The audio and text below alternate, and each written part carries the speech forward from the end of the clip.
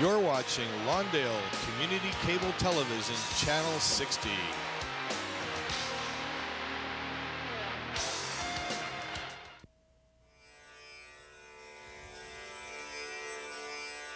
The following program has been made possible in part by a grant through the Lawndale Cable Usage Corporation.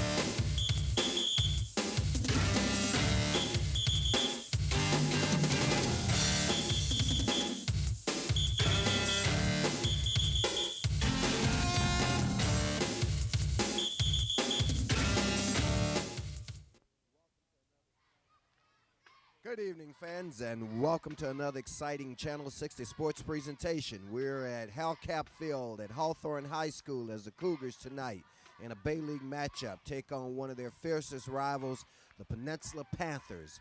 Peninsula, of course, ranked number 1 in the Bay League and in the Daily Breeze top 10 with an overall record of 4-0. There you see the records on your screen. Peninsula's 4-0. Should be at the top. Hawthorne, of course, 1-0 in league play, 2-2 overall. Most of that coming as a result of a tough preseason schedule that included the likes of Mater Dei and Loyola as well as Dorsey. They won 1 out of those 3 games and, of course, got off to a winning start last week in Bay League action against North Torrance. The other thing about Peninsula with their 4-0 record and 2-0 is that they're ranked number 2, I believe, in Division II football. This is a very, very good football program. We see the captains heading out to midfield, and we're going to throw it down there in just a moment when they reach the officials. We'll talk a little bit more about what this contest means tonight. Pretty much, Peninsula's undefeated season is on the line. But I tell you what, we'll get back to that in a moment. We'll now go down field level for the coin toss.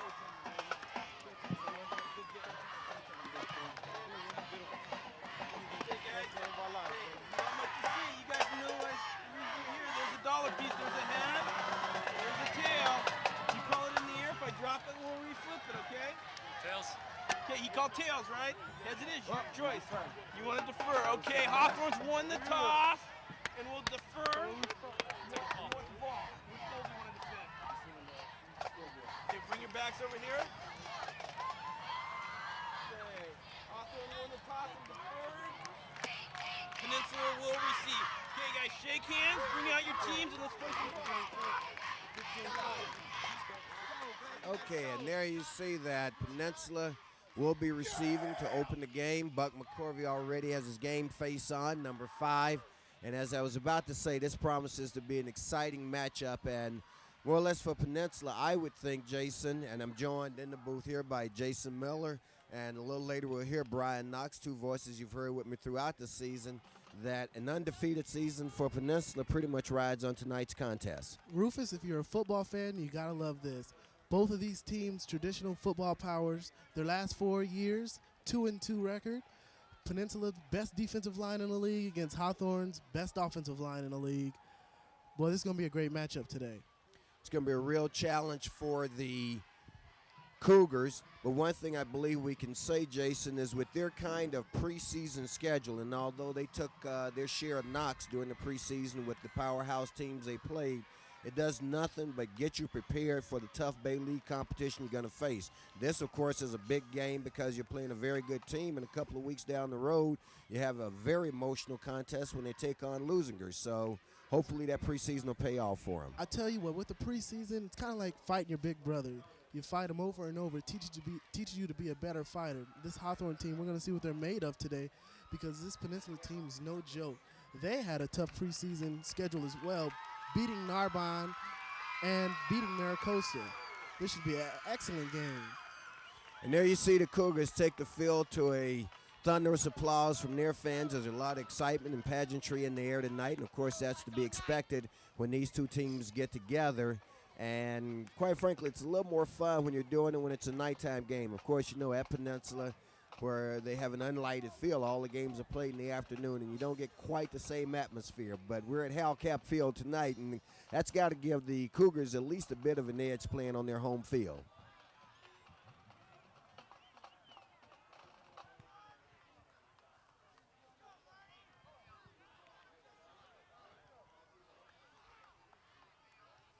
So over the past 4 seasons, these two teams have split the series 2-2. Cougars having won in 92 and 93, and Peninsula having on the edge the last 2 years, 94 and 95. So this will be a chance to break that short tie in this series, and I'm really excited about it, fans, and I hope you are too, right here on Lawndale's Community Cable Channel 60 as we prepare for kickoff. Those duties to be handled by none other than Milton Gutierrez. Here's his kick sailing to the right side, taking it about the 12-yard line, and it's going to be brought out to the 25. Excellent special teams coverage there by the Cougars.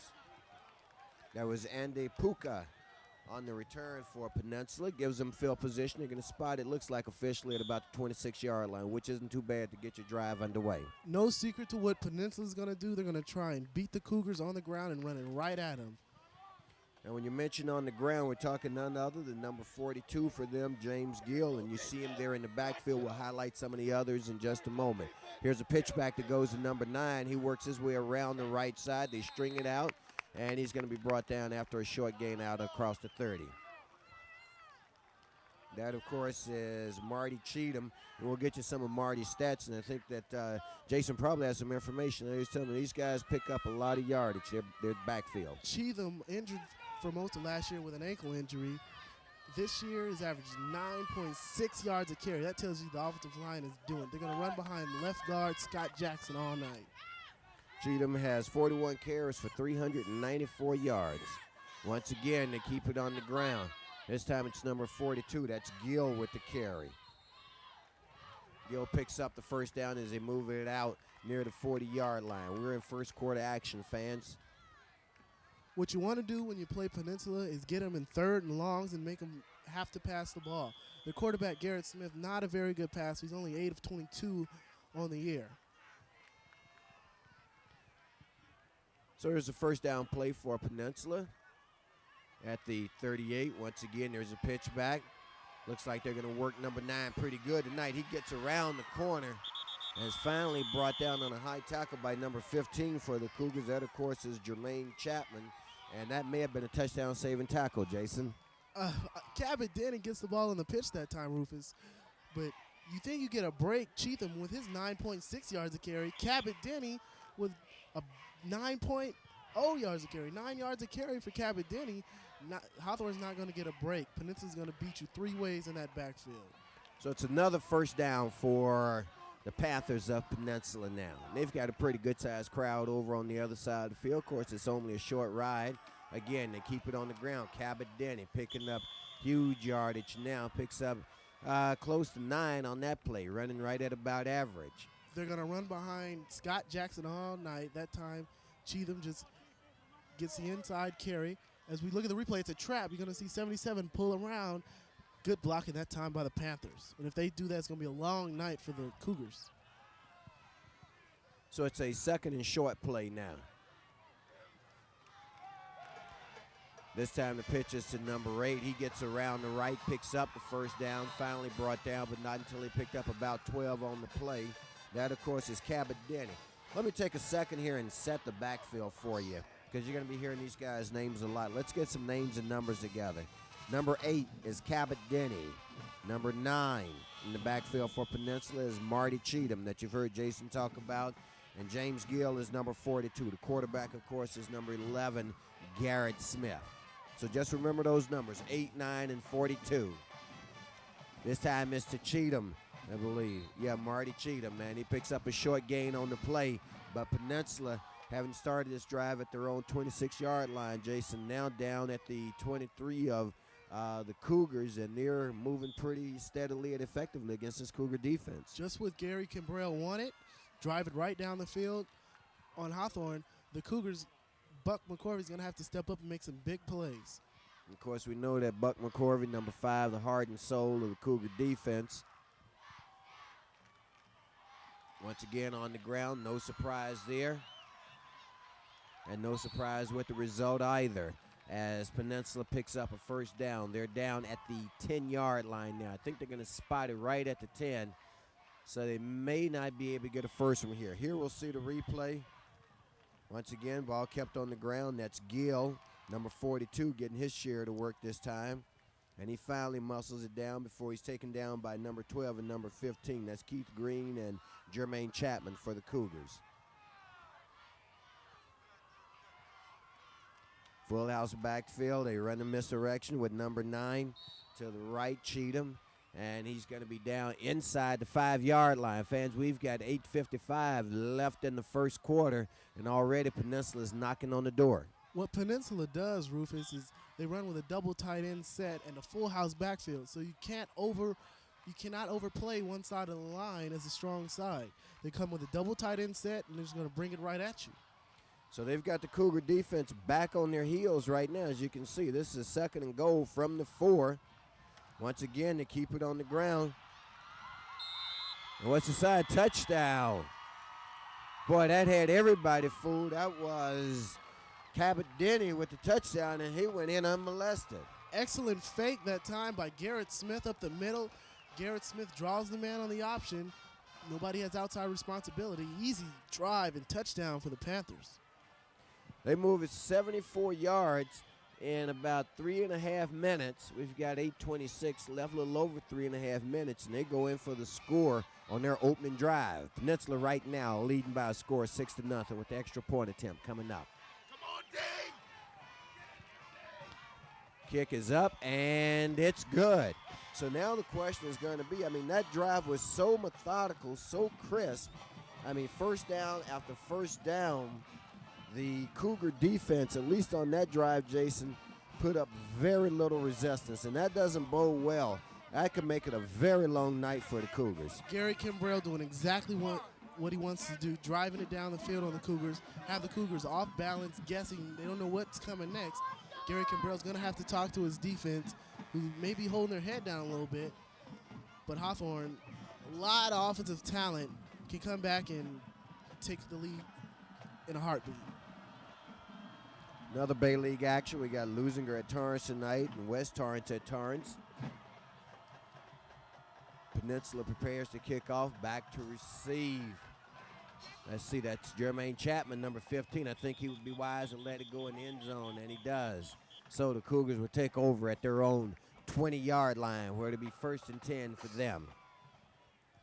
In the first drive of the game for the Panthers, you may think that the Panthers have the best offensive line in the league, but in my opinion, the Cougars have the best offensive line in the league with big 76 Tony Terrell and Ernesto Gutierrez at the bookend tackles. Well, we get to see Ray Rivera, the junior quarterback for the Cougars, take them out on offense for the first time tonight. We see a backfield there that consists of number 2, Milton Gutierrez, and Brandon Russell. In fact, they put Gutierrez in the slot. They're running the triple wing to the pass.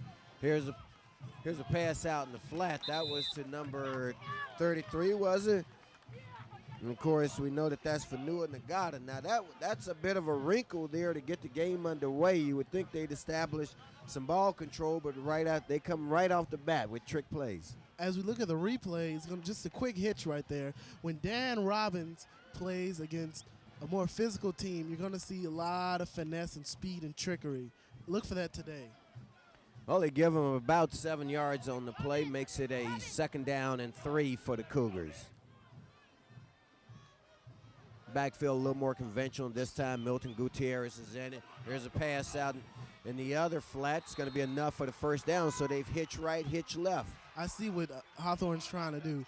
They're going on these hitches to try and free up their skill position players against Peninsula's defensive backs. Coach Robbins thinks that he has an advantage with athletic ability with Brandy Russell. There you see Brandon Russell on your screen, 5'10", 180-pound junior. So it's a 1st and 10 for the Cougars from their own 31-yard line. Still in first quarter action. Right now they're trying to make up a 7-point deficit. Man in motion heads toward us here. Got movement along the line. Looks like this may be up against Peninsula. I was going to be called on Scott Huber, Rufus. Peninsula going against the best offensive line, which Hawthorne has the best offensive line, I think, in the league. Peninsula may have the best defensive line in the league with Scott Jackson, Scott Huber, and Jeremy Bartz. So going to make it tough for the Cougars to establish a running game tonight. Well, it'll be 1st and 5 now for the Cougars. That's a break I'm sure they'll take. That's our first flag of the game also.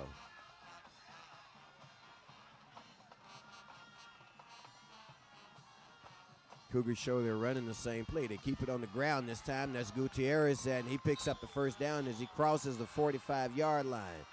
So, thus far, the Cougars are responding very well, and their offense is moving rather crisply. Dan Robbins, a smart coach. If you look at the replay, he's going to give the quick hitter to Milton Gutierrez on the dive play on the inside give. Hawthorne beat Peninsula twice, 92 and 93 with speed. They're going to try and beat him with speed tonight. Excellent blocking there by the offensive line to open up that hole for Gutierrez. 1st and 10 now for the Cougars. This time out of the I formation. They give it off to the second back through, who's Gutierrez, and he's going to be stacked up at the line of scrimmage. Good defensive stop there by Peninsula. It's hard to establish a running game consistently against this Peninsula defense. I saw them against Narbonne, one of the best rushing teams in the area, and Narbonne wasn't able to run the ball consistently against the Panthers. Hawthorne's going to have to try and mix it up here. But when it's 2nd and long, there's only so much you can do. Cougars need to get the ball down inside the 45-yard line of Peninsula for the first down. We've got 6:15 to go in the first quarter. Peninsula with a 7-0 lead, having scored on their opening drive. Here he faked the handoff. There the reception is made. It's going to pick up maybe 3 on the play. Out on the reception for the Cougars was Fanua Nagata again. Nagata, good catch, but Brandon Larson, number 22 for the Panthers, with an even better stop.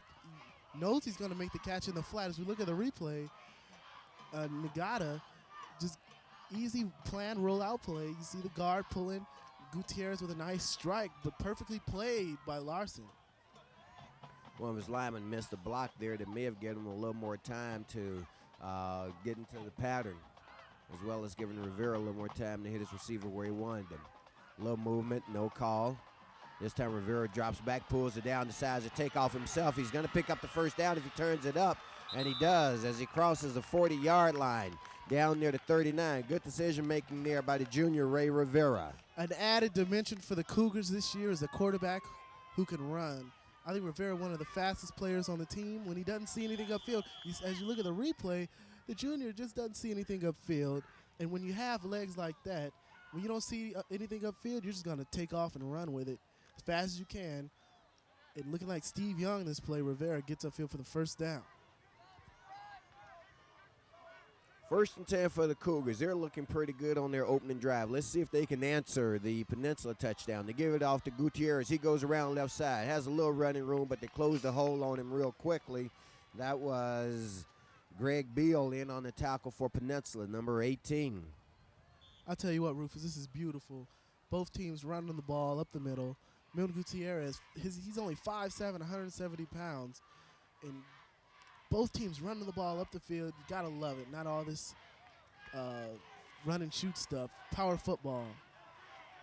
So it's a 2nd down and 6 now for the Panthers. For the Cougars.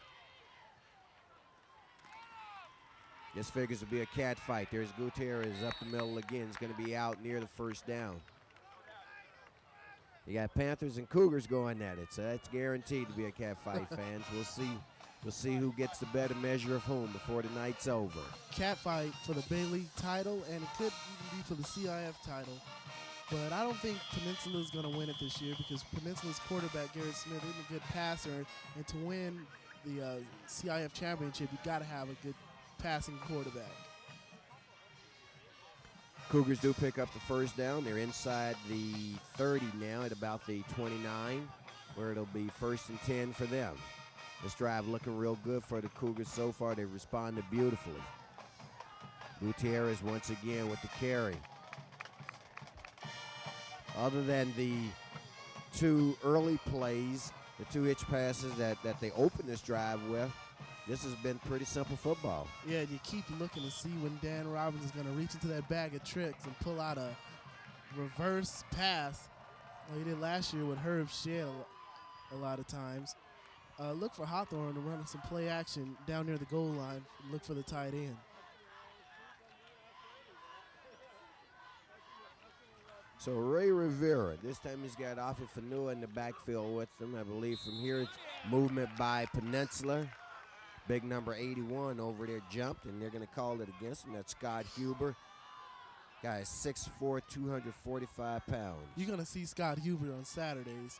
Huber, excellent defensive player and an excellent tight end. He is going to be in college. Makes it a 2nd and short now for the Cougars. This gives them a couple of options. Obviously, it's 4-down territory. Man, they may even try to pop one from here. No, they keep it on the ground instead, do the conventional thing, get the first down. On the carry for the Cougars, Afi Fanua. If it ain't broke, why fix it? That time by Dan Robbins. Quick inside hitter. The Cougars' offensive line controlling the battle. As you see Afi Fanua, the Cougars' offensive line controlling the battle in this game between the best offensive line and the best defensive line. So it's a 1st and 10 for the Cougars at about the 15-yard line. This time Rivera drops back to pass, lets it go, hits his intended receiver. Let's see if they say it's good, and the side judge does indicate it's a legal catch. It's down near the 5-yard line. We knew we would see the pass coming close to the goal line. Rivera shows good composure, getting out of the pocket, sees the man coming, stays tough, fires a strike at the 5-yard line. Good catch made that time by Jabari Hammond. So it's they call it 2nd and goal. Actually, no, it's about 2nd down and 2 to go. They can't pick up a first down without scoring a touchdown. This time to keep it on the ground, they give it to number 8. He's going to have the first down. Let's see if he's got a touch on it. No sign yet on the touch, so we'll get Afi Fanua the benefit of the first down. Cougars get 4 cracks at it from inside the 5-yard line. And with this offensive line, you might as well line up the kickoff team. I'm really impressed with Hawthorne, able to run the ball on this tough physical Peninsula team. I've never seen a team run up and down the field like this on these Panthers. Well, I must have been quite surprised the way both of these teams' offenses have pushed the other's defense around. 1st and goal to go from the 2, fans. There you see it. Is there a sign? Still no sign yet. Cougars think they have a touchdown. Officials say no. You're going to spot it just about 6 inches short of the goal line. If the wind blows, it's a touchdown. Try to use Ray Rivera's legs. Look at the replay. Hawthorne tried to fool him by going in a 2-point stance position with their hands on their knees. Good heads-up defense by the Panthers. So 2nd and goal from inside the 1-yard line. There you see the ball, nose of it virtually on the 1. They keep it on the ground, and we got a touchdown call yet. Now we get it. It was a little bit late in coming. Give the Cougars a touchdown there. Milton Gutierrez over left guard, and the Cougars looking to tie it up or take the lead on the extra point. Cougars set up for the extra point. Gutierrez to make the attempt.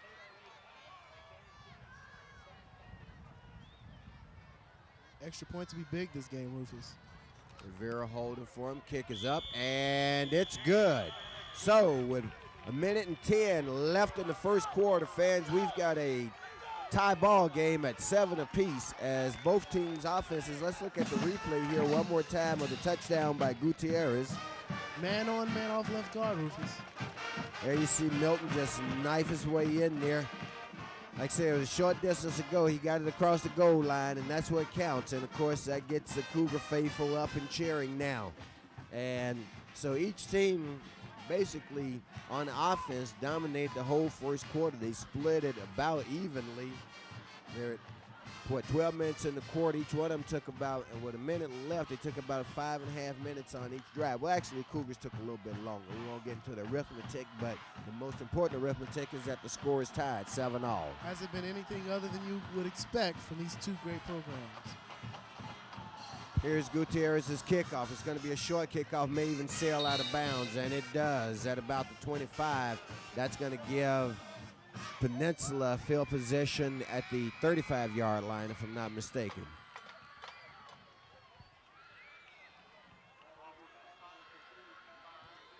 And indeed they do. They spotted at the 35 over here at the near hash mark. Peninsula, of course, in the first quarter has been moving to the west, as they will now. Cougar defense.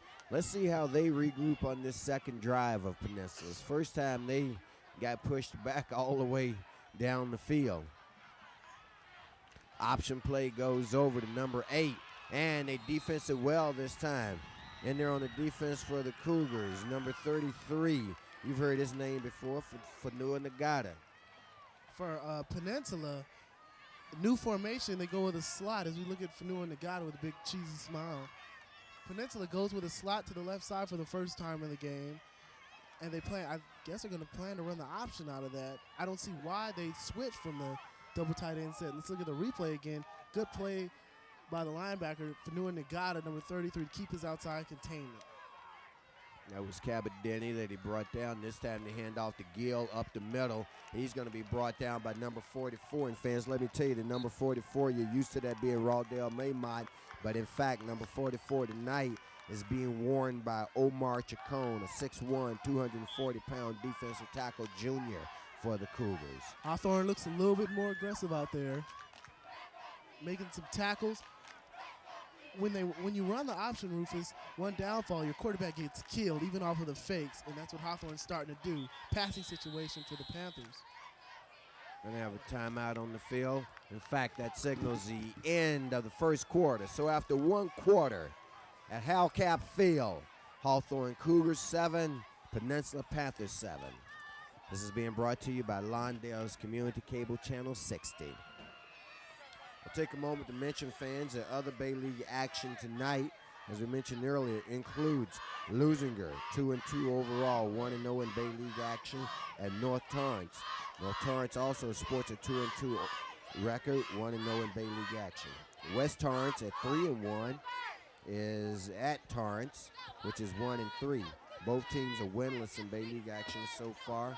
And of course, Inglewood, 2-1-1, 0-1 in league action at Santa Monica, up at Santa Monica College, where the Vikings play their home games. They're 2-2. Of course, they're coming off their Bay League opening loss last week against the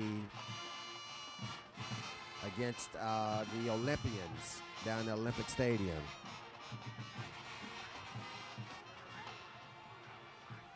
Okay, so it's 3rd down and 6 now. They keep it on the ground. That's Gill. He's going to be stopped short of the first down.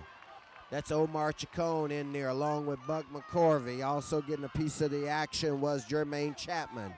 I'm joined now in the booth by Brian Knox, who will call the second quarter for us and lend us a unique perspective on the Panthers of Peninsula.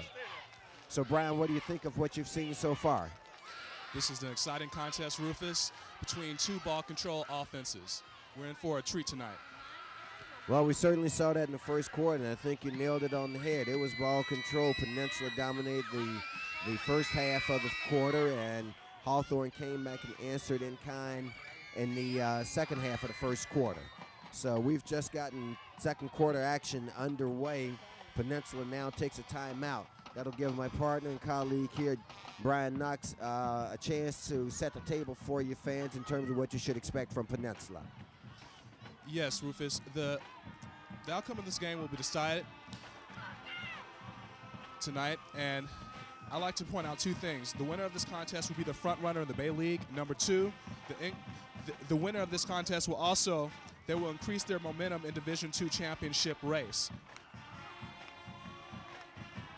Tell us a little bit about the Peninsula attack since they're on offense right now. Something about their quarterback and running backs. Yes, Rufus.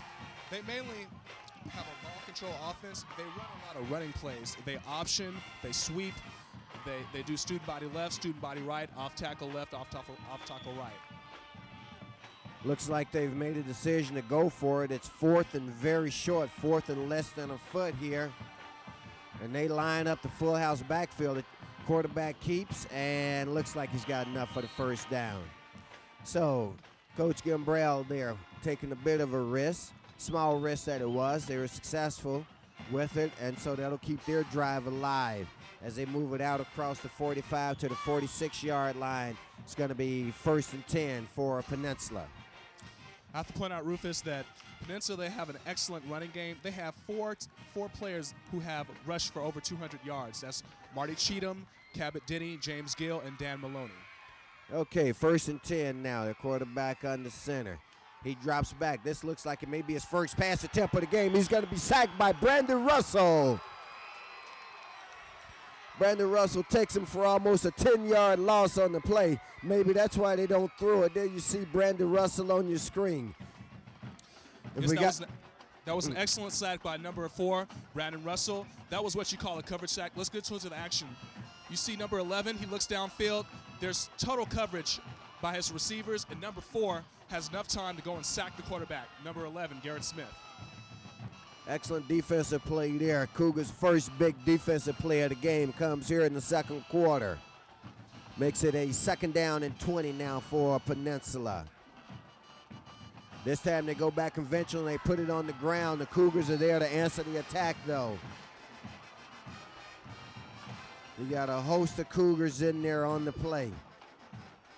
So the Cougar defense right now playing a little more spirited, and looks like they may have figured out certain pieces of this vaunted Peninsula rushing attack, Brian.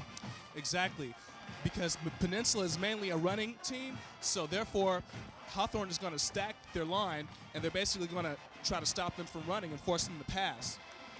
And I must note, Rufus, that their quarterback, Garrett Smith, for Peninsula, he is 8 for 22. He has 8 for 22 completions with 138 yards with only 1 touchdown. So he has not been really tested as far as passing goes this season. Now we've got a referee's whistle on the field. It's going to be a foul called, and it's going to be against Peninsula, delay of game. So all of a sudden, after an impressive opening drive, the wheels, momentarily at least anyway, seem to have come off for Peninsula. They're facing a 3rd and long, a 3rd and 25 here. They're on the heels, Rufus. I don't think they know exactly what to do. All right, well, let's see what kind of 3rd and 25 play that they've got.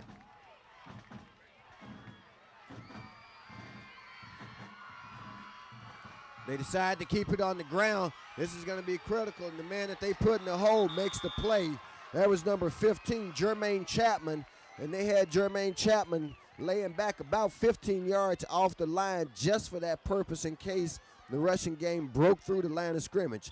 Let's go to a replay here, and you're going to see it. That's Gill, number 42, one of those players with the 200 yards that Brian spoke of. And there you see Jermaine Chapman just getting there. That was a nice, beautiful tackle. And, of course, in there cleaning up was Omar Chacon. Obvious punting situation this time.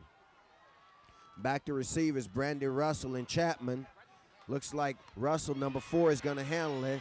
He heads around the right side, turns it up, cuts back, has some running room. Woo, runs into one of the special team players, number 51 for Peninsula, Eric Boyd. And were it not for Boyd, Russell may have had a clear open field there, Brian. One thing I believe, Rufus, if Peninsula is forced into a passing situation, I think that Hawthorne will be playing them right in their hands, because Hawthorne is proven to be a good passing team. I must tell you that quarterback Ray Rivera for the Hawthorne offense, he does have 27 for 38 completions, 306 yards for 1 touchdown. All right, well, Ray Rivera brings them up to the line of scrimmage at the 30-yard line. This time they give it off to Gutierrez, a fumble on the play. Let's see, do we have a signal on the recovery? Yes, we do. Recovered by Peninsula. So that's the first big turnover of the game, and it goes against the Cougars.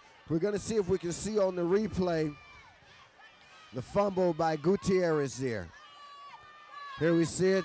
Well, actually, that was a fumble all the way from the start. Number 72 for Peninsula makes the recovery, Brad Hively. But a poor exchange there between the quarterback and Gutierrez led to that fumble, Brian. So Peninsula has the ball at their own 35-yard line. I should say the 35 of the Cougars. Pick up about 3 on the play. That was Marty Cheatham with the carry. Yes, that was number 9, Marty Cheatham, their fullback. He has 41 carries and 394 yards and 4 touchdowns on the season. Looks like he's the workhorse in that backfield for Peninsula, Brian. Yes, they believe in playing some hard-nosed, bash-mouth football, Rufus. Looks like they spread it around pretty good, and we'll go over your numbers in just a moment. It's a 2nd down and 8 now for Peninsula. They keep it on the ground once again. No surprise here. Gang tackling by the Cougars. That time it's Cabot Denny with the carry. Looks like it was that Cheatham. No, that was Cheatham with the carry. I'm sorry, number 9.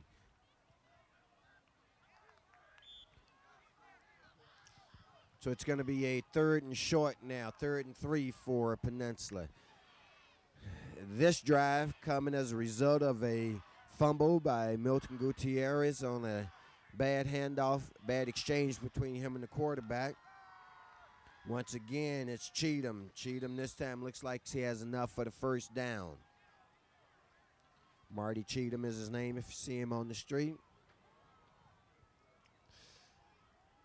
So their attack, which consists of Cheatham at the fullback, and they say James Gill is a tailback, although from Gill's size you look like it would be reversed, but nonetheless, their running game is back in gear, man, and just when the Cougars, boy, we're in a position, I think, to take advantage of Peninsula psychologically, if nothing else, with the way they had dominated them on defense. They let them off the hook by making a turnover and giving Peninsula the ball in scoring possession. No surprise, Peninsula keeps it on the ground once again.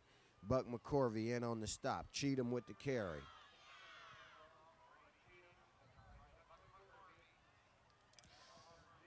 Peninsula, they come into this game 4-0, and if Hawthorne is to make any adjustments in this game, they have to capitalize on the mistakes of Peninsula, which they did not do when they made that critical turnover. Okay, so it's a 2nd down and 8 now. This time they put the ball in the air. Pass is going to be incomplete, intended for, oh boy, this is going to be a test for me on the names here. For Adelaken. Got it on, babe. So it's going to be a 3rd and 8 coming up now for Peninsula. Well, one of the things that's pretty evident, Brian, is that the passing game, and of course you gave us some passing stats earlier, obviously is not one of the strong suits in the Peninsula offense. Not at all. 3rd and 8 now. Quarterback Garrett drops back to pass, keeps it himself, turns the corner before he's finally driven out of bounds by Greg Toombs. That's Garrett Smith, quarterback number 11 for Peninsula. It's going to make it a 4th down, it would appear, for Peninsula. All right, here you're going to see on the replay, Smith running a naked bootleg. There he's out there by himself. Looks like it was a keeper all the way. Pulls it down, and he's driven out of bounds by the Cougar defense. They call it a 4th and 4. They show field goal attempt. This is Scott McMorris to attempt the field goal. Let's see if they actually go through with it. Kick is up, and it's going to be no good. So the Cougar defense holds. Boy, what a big break for them as we've got 6 minutes left in the first half. Score tied 7-7. And boy, the Peninsula offense there had a golden opportunity that they didn't capitalize on, Brian. Yes, Rufus, this is something else. This is an outstanding stand for the Hawthorne Cougar defense because they have reduced Peninsula to a one-dimensional type offense. If they can stop their running game and force them to pass, which is their weakness, then they could actually win this game, perhaps. Excellent analysis, Brian. Cougars open by keeping it on the ground. Pick up short yardage on the play. Looks like that was Afi Fanua with the carry.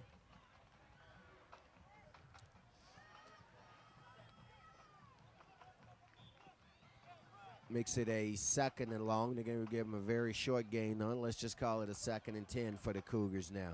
Ball is spotted at the 25-yard line. Backfield has Fanua along with Gutierrez in it. Ray Rivera under center. They come out of the I into a T, into a split backfield. Looks like there's another fumble again.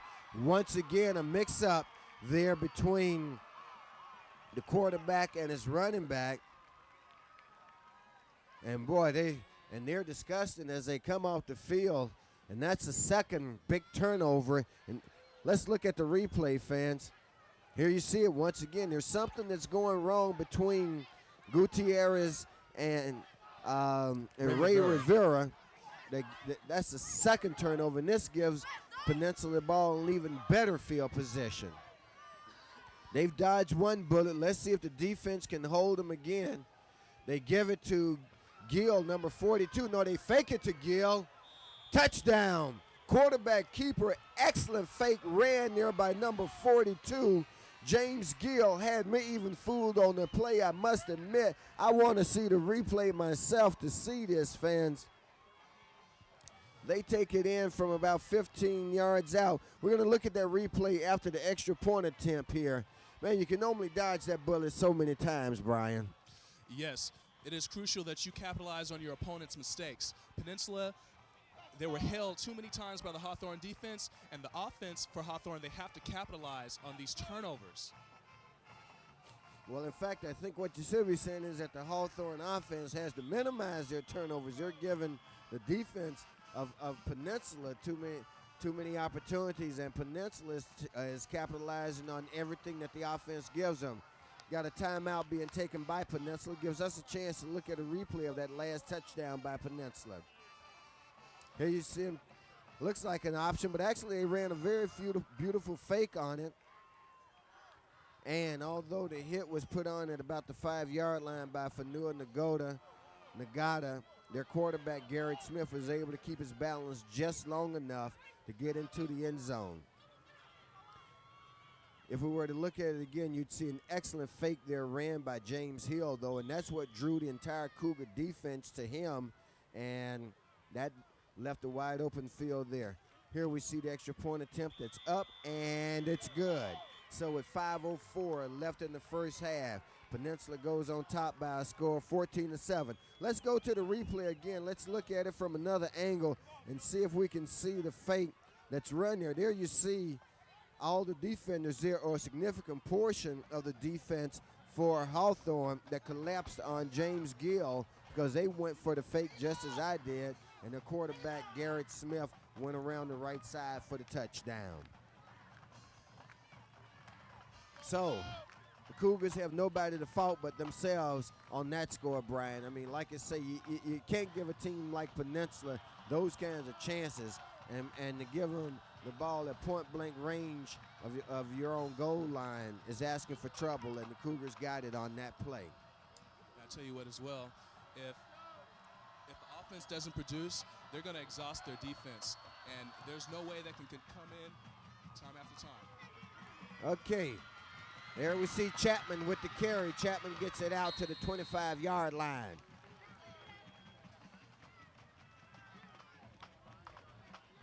So, from their own 25-yard line with 4:58 left in the first half. Cougars are going to go on offense. Let's see if they can answer this Peninsula score. One of the things for sure that I think we'll see some improvement in, obviously, will be the handoff between Rivera and Gutierrez, because something just has not worked there on the last 2 drives for the Cougars.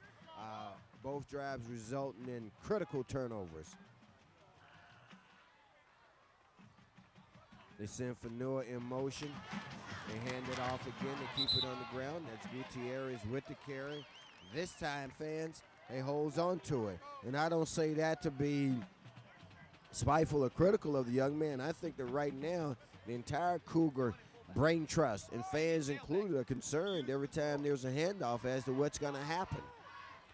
Give them a gain of about 2 on the play, makes it a, well, they give them 1 officially. They're going to call it a 2nd down and 9. In the backfield, Brandy Russell. Looks like that's Fanua that's back there with him.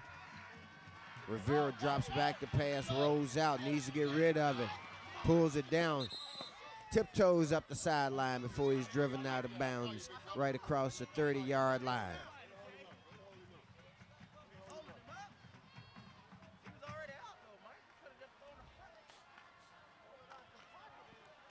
Hawthorne, excellent. They have added pressure up on the running game, because I talked to Coach Kimbrough, who's head coach for the Panthers, and they're actually running a 5-2 defense where they have 5 defensive linemen and 2 linebackers. Okay. 3rd down and 4 play now for the Cougars from their own 30. They need to get it out to the 35-yard line. Misdirection handoff comes back the other way. It's not going to pick up anything. That was Nagata with the carry. So the Cougars are going to have to punt it away on a 4th and 4 from their own 30-yard line. Back to punt's going to be Jermaine Chapman. Back to receive is going to be Marty Cheekman. Chapman needs to get away a good punt here to drive the Panthers back. Cheatham is setting up, at about his own 40-yard line.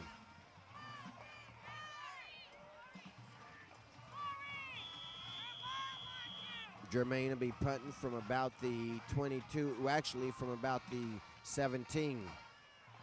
Gets a high kick. It's going to be a short one. Let's see where it's going to come down. Takes a Cougar bounce, and it's going to roll down to near the 32-yard line.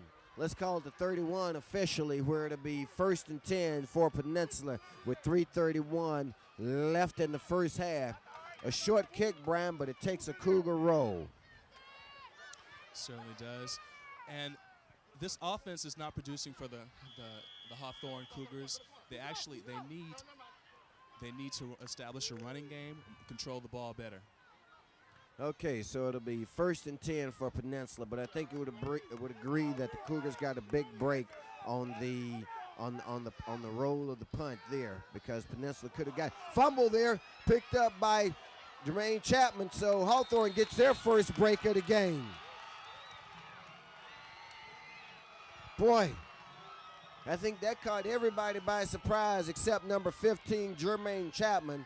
So after 2 Cougar fumbles, let's go to a replay here and watch this fumble. There you see, it looks like it was Gill. It was stripped by Afi Fanua, and Jermaine Chapman gets in there and picks up the fumble. Brought down after a very little gain on the fumble return, but the Cougars don't care about that. They've got possession of the ball here with just over 3 minutes left in the first half, and they're at the 36-yard line of Peninsula. Let's see if they can capitalize on their break. Rivera fakes the handoff, keeps it himself. Under pursuit by Peninsula. Tries to stiff arm the defender. Rivera is going to lose about 8 yards on the play. That play never quite unfolded the way it was drawn up, fans. Brian, why don't you call this replay as we see it unfold here?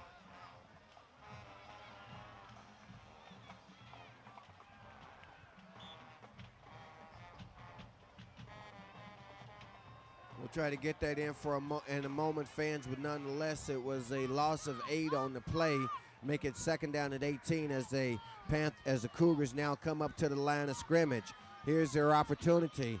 Right now, they're blowing it, at least on the first play. It's 2nd and 18. Let's see if they can make up some of the difference. Rivera slings a pass out in the flat to Brandon Russell, incomplete. It's going to make it a 3rd and 18 now.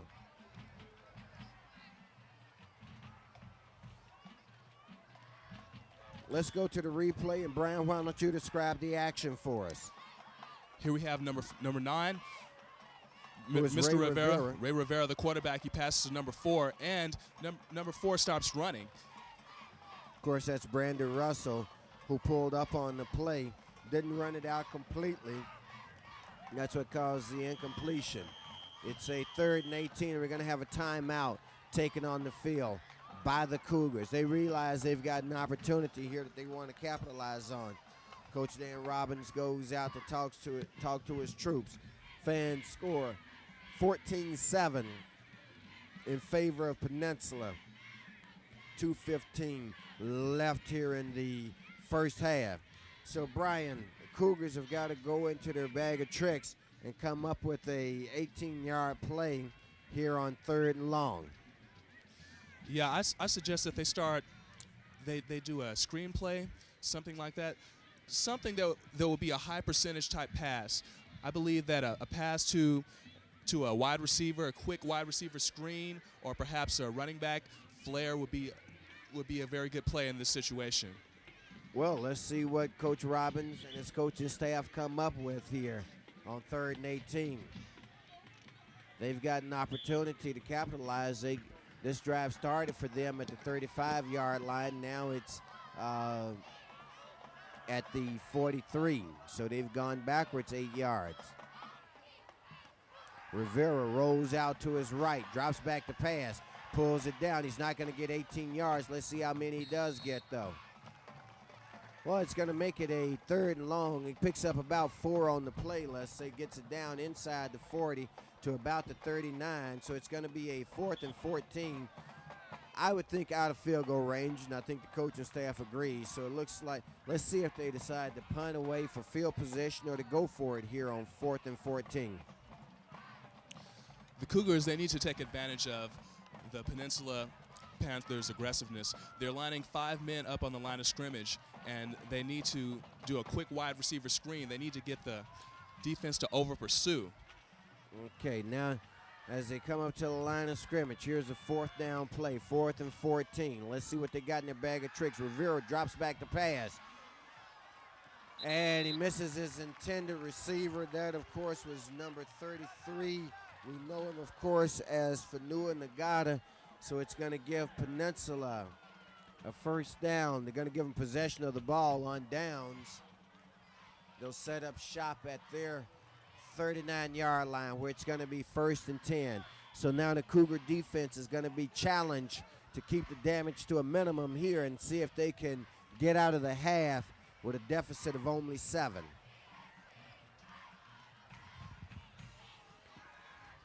Okay, as they come up to the line of scrimmage, Garrett Smith, number 11, still the quarterback. His backfield consists of number 42, Gill, and number 9, Cheatham. They give it to Gill. Not Gill, excuse me. That's number 5. That's the first time we've called his name tonight, I believe.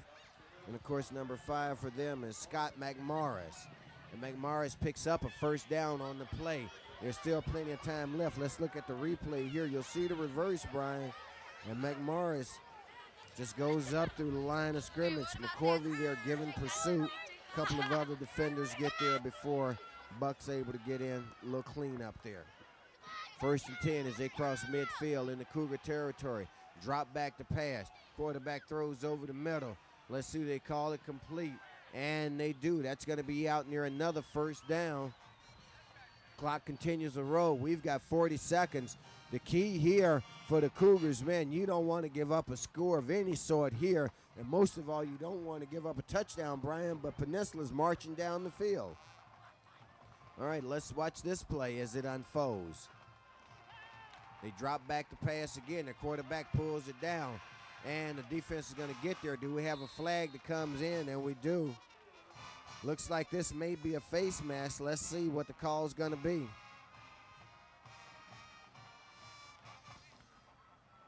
Why don't you take it from here, Brian?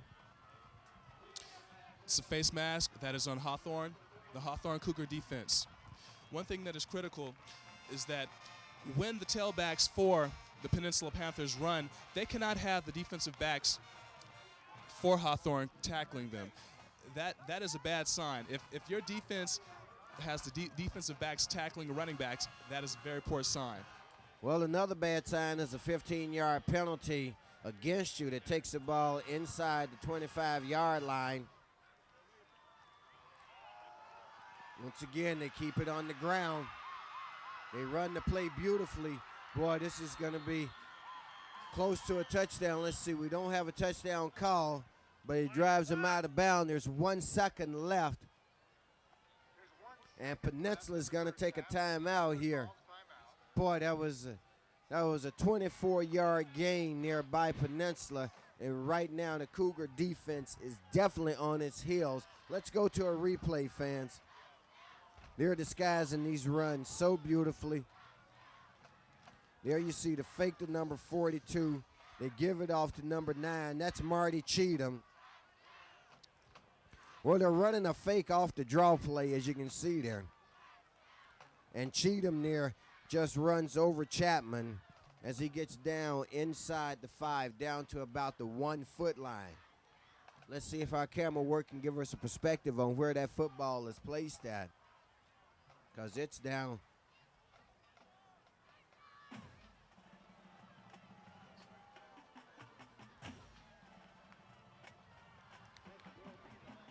And of course, you didn't see any home field clock management there by the Cougars, boy, because they could have run that clock out, and I don't think nobody would have been none the wiser. But nonetheless, there's 1 second left. Let's see if the Cougar defense, this may be the biggest 1 second of the season for the Cougars. Here's a dive, and what's the call? They call touchdown. The Cougar defense thought they had held them.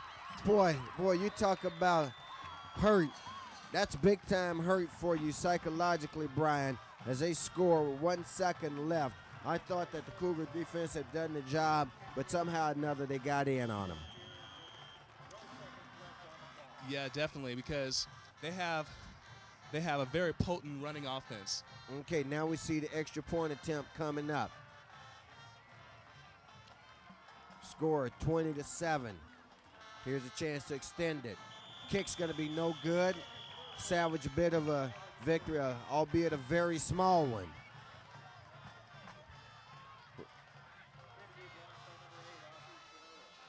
Got a replay coming up. I believe it's going to be of the touchdown. There you see it. That's James Gill, number 42, who gets in there, boy. Let's look at it from yet another angle, fans, because if the Cougar defense could have held them there, and that changes the perspective of this game, at least to open the second half. So, fans, after 1 half here at Halcap Field, score 20-7 in favor of Peninsula. And here you're going to see the replay. There you see, boy, it sure looked like he was down there, but he knifed his way across for the touchdown. Makes it 27 to Peninsula. That has to hurt the Cougars. We'll see if they can regroup at halftime, fans, right here on Lawndale's Community Cable Channel 60. We'll join you at the top of the second half.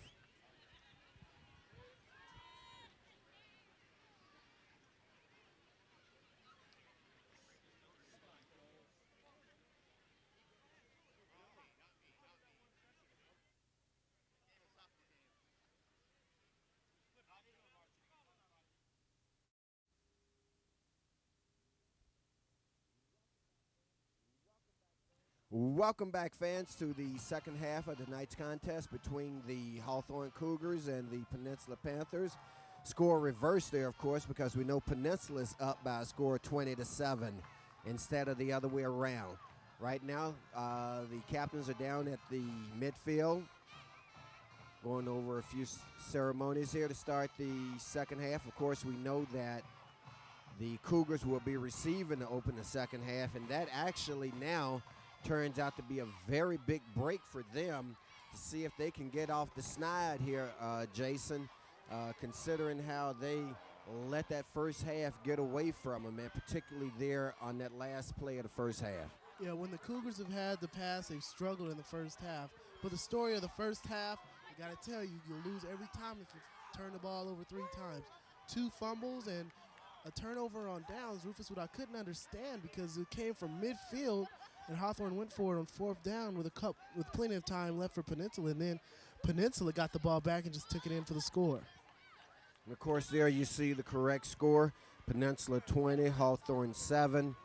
The first quarter, of course, was tie score at the end of the quarter, 7-7, and then Peninsula put 13 points on the board in the second quarter, I should say. Just as Jason mentioned, the first one as a result of 2 turnovers on consecutive drives. The defense held the first time, but it's asking an awful lot of your defense to do it twice. Here you see the guys come back to the field, and just from their entry, Jason, it looks like there's a lot of enthusiasm, and that's important psychologically, man, because this team could really be in a hole mentally to realize that they've had Peninsula right in their hand, and they've let the number 2 team in Division II and number 1 in the Daily Breeze top 10 off the hook. I mean, they should be no worse than tied, and here they are trailing by 13. Yeah, Rufus, Hawthorne should be encouraged, though, because they've been able to move the ball.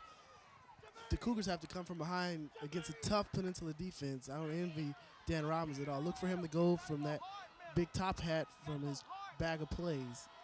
Well, back to receive for the Cougars is number 33, Fanua Nagata, along with Jermaine Chapman. He's number 15. Of course, Brandon Russell is number 4. Let's see who's going to handle. Looks like Jermaine Chapman will start at his own goal line. He's got a bit of a wedge here. Let's see how long he can stay with it. Well, he gets it out to the 25-yard line. That's not bad field position to open the third quarter here, especially if you're trying to make up a 13-point deficit.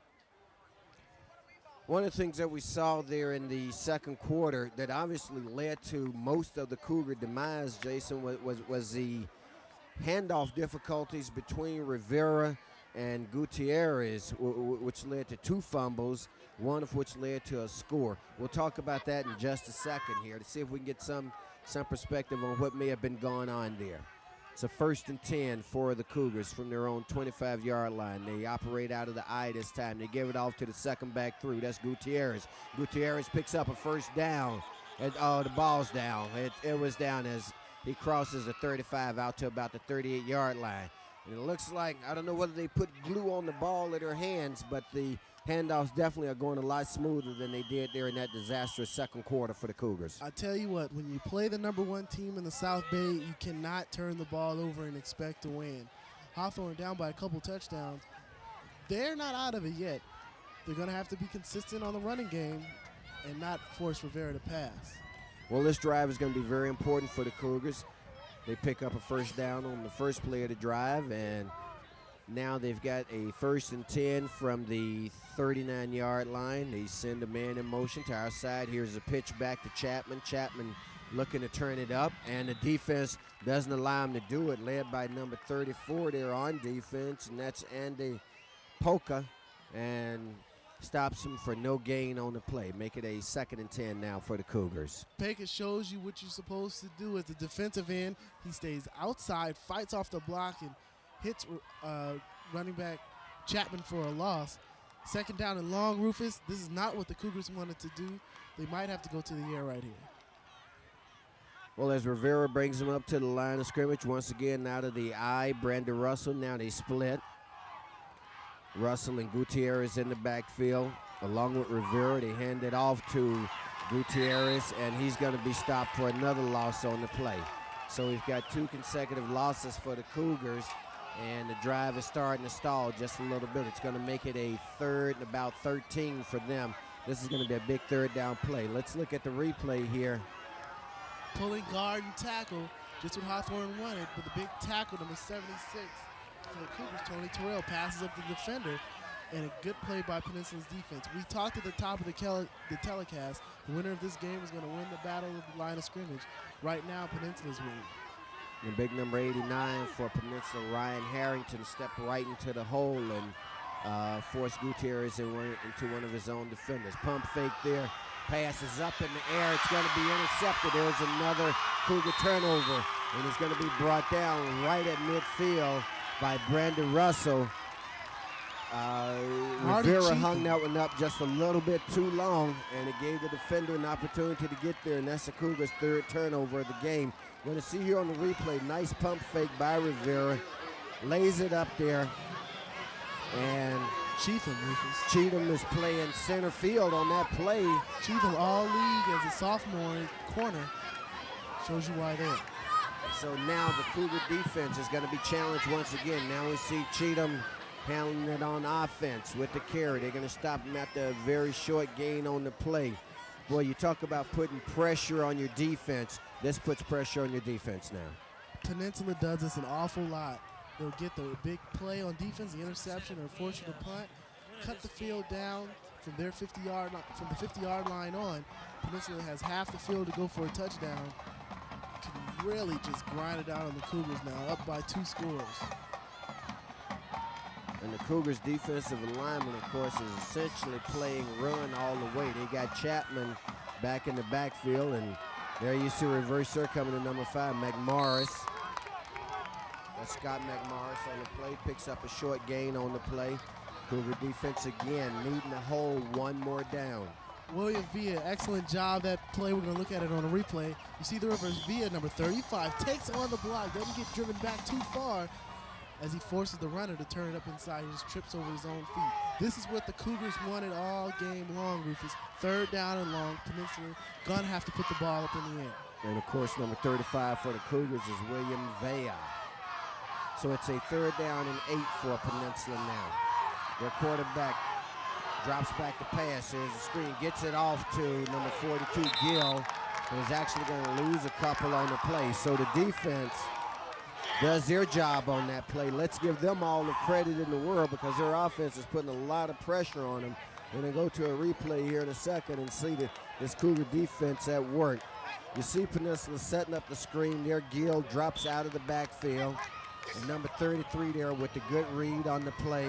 Steps in to catch him by a shoestring, slows him up, gives the rest of the defenders a chance to get there. Hats off on that play to Fanua Nagata. Back to receiver, Russell and Chapman. Russell number 4, Chapman number 15. This looks like it's going to go to Brandon Russell's side. Did he touch it? I think Brandon Russell is going to say he didn't touch it. Let's see what we got here.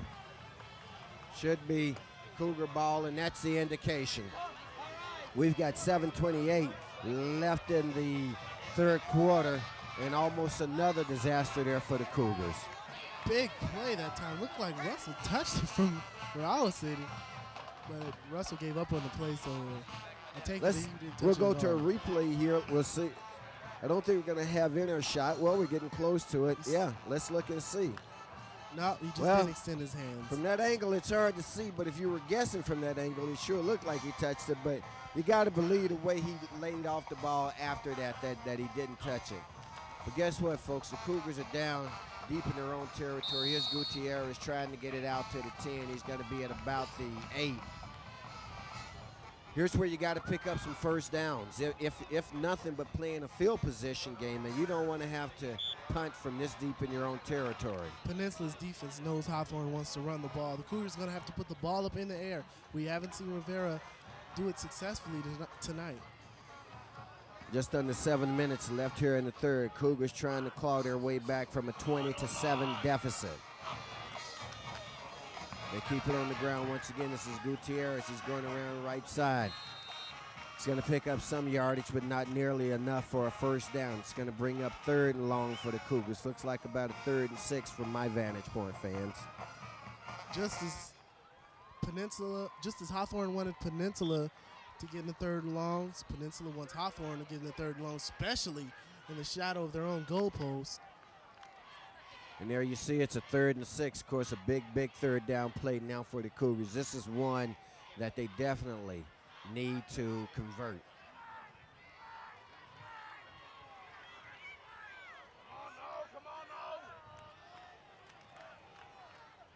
And they faked it. They give it to number 33, boy, and he got tripped up there. Otherwise, he may have had it, but he's going to be short by about a yard, maybe a yard and a half, and that leaves, actually it's even less than that from where the yard mark is.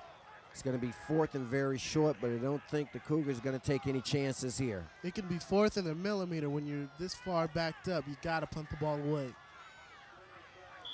So Jermaine Chapman drops back in the punt position for the Cougars. Gets the kick away. He's got some coverage down there. It's going to be taken right at midfield.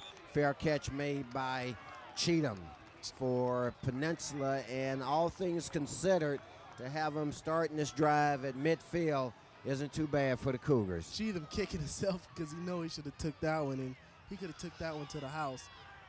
Bad punt that time by the punter. Line drive. You never want a line drive punt. That gives the return man an awful lot of time to get a look at the coverage and get downfield. So from just inside the 50 at the Cougar 49, let's call it, it's going to be 1st and 10 for Peninsula.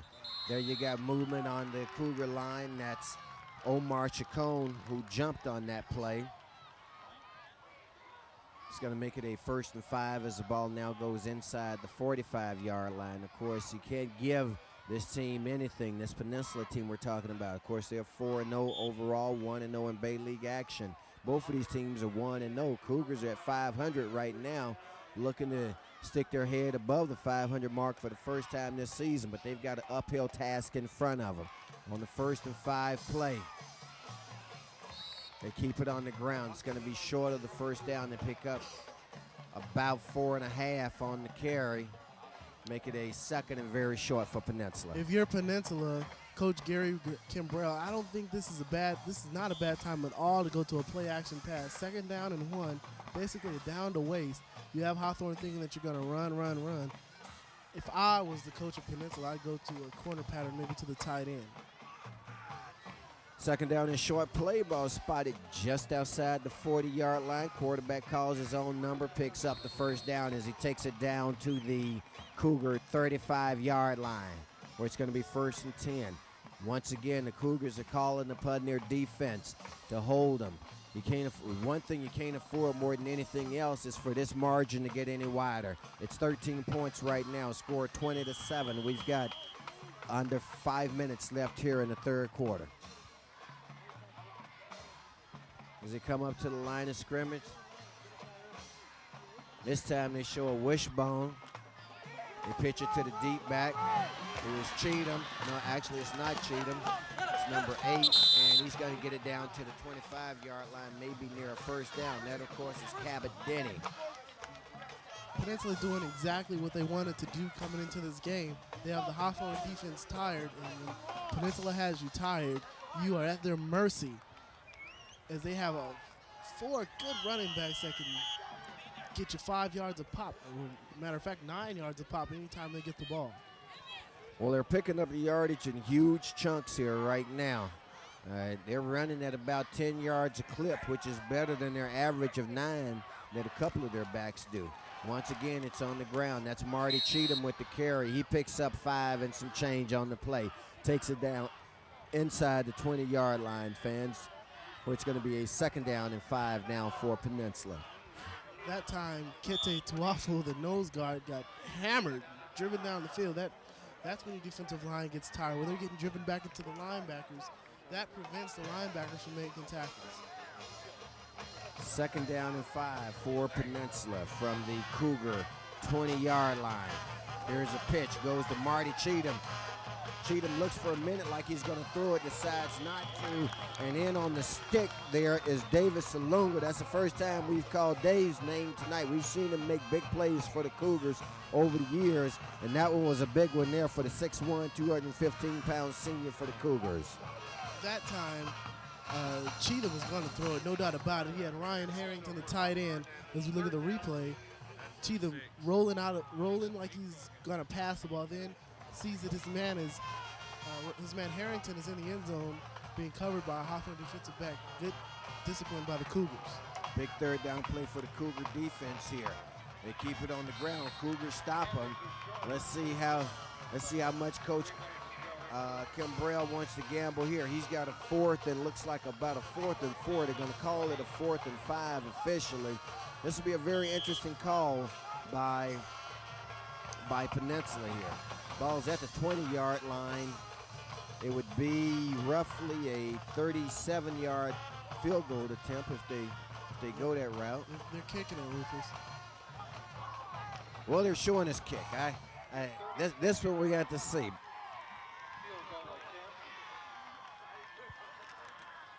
High snap, kick is up, and it's good. Oh, man, he could have made that from 10 more yards. Did he back. lay into that thing or what? Now with the score 23-7, Rufus, Hawthorne going to need 2 scores just to tie this game. They're going to need 2 touchdowns and 2 conversions, and that's asking for a whole lot, but we know these guys can do it. We've got a little over 14 minutes left in the game. Of course, 2 minutes, 7 seconds left in the third. Then a whole fourth quarter consisting of 12 minutes if you're new to high school football right here on Lawndale's Community Cable Channel 60. Back to receive for the Cougars. Once again, Brandon Russell, number 4, Jermaine Chapman, number 15, joined by Fanua Nagata, number 33. Chapman, number 15, is the deep man back.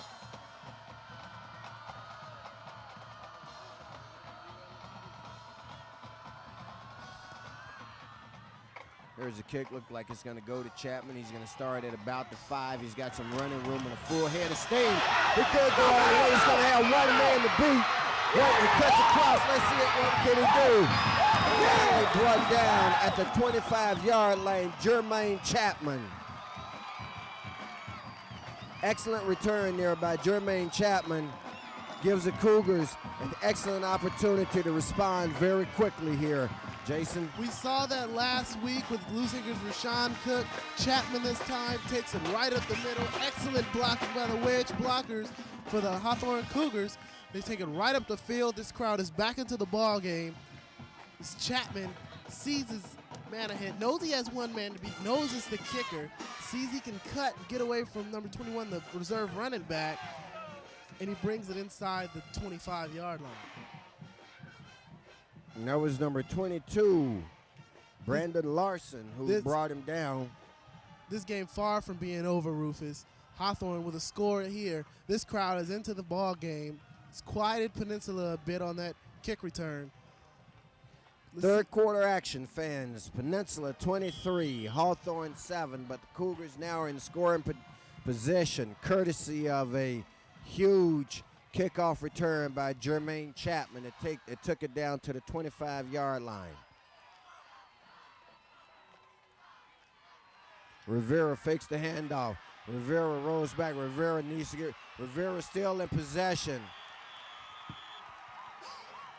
Rivera perhaps, Jason, getting a little too fancy for his own good. Well, you got to get fancy when your line doesn't block. That time, number 79, Ernesto Gutierrez, did a poor job of blocking. Had the Peninsula defensive line flushed Gutierrez out of the pocket. Gutierrez sacked for a big loss. Now Hawthorne almost forced to pass. And, of course, there was a loss of 11 by the Cougars on that play. Makes it a 2nd down and 21. Let's remember that this drive started at their 25-yard line. This time he gives it to Milton Gutierrez, and he picks up about 8 of that 11 that they lost. Going to make it a 3rd and long now for the Cougars. Of course, right now I believe in this situation you're pretty much in the 4-down territory here, Jason. We've got just under a minute left in the third quarter.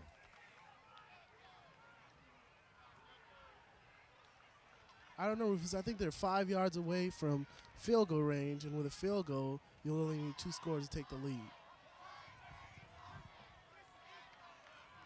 So 3rd and 14 now. Ball is spotted at the 28-yard line. Gutierrez with the carry. Gutierrez is going to be stopped way short of the first down. Gets back to the original line of scrimmage, and you've got a 4th and 10 from the 25. Makes it 35. He'd be looking at about, what I would venture to guess, about a 42-yard field goal here, Jason, if they go for it. And they have the tee out there, so they're field goal formation, but Hawthorne likes to do a lot of trickery. Exactly. And of course, they're lining up to show the field goal. Now we got an official stoppage of play. And it's the end of the quarter. That's what the stoppage was about, fans. That one got past me. So after 3 quarters here at Hellcap Field, Peninsula, the Panthers, are leading the home team Cougars by a score of 23-7. But the Cougars are on the march. They've got a 4th and 10 situation. They're showing field goal rather. Let's see what they do.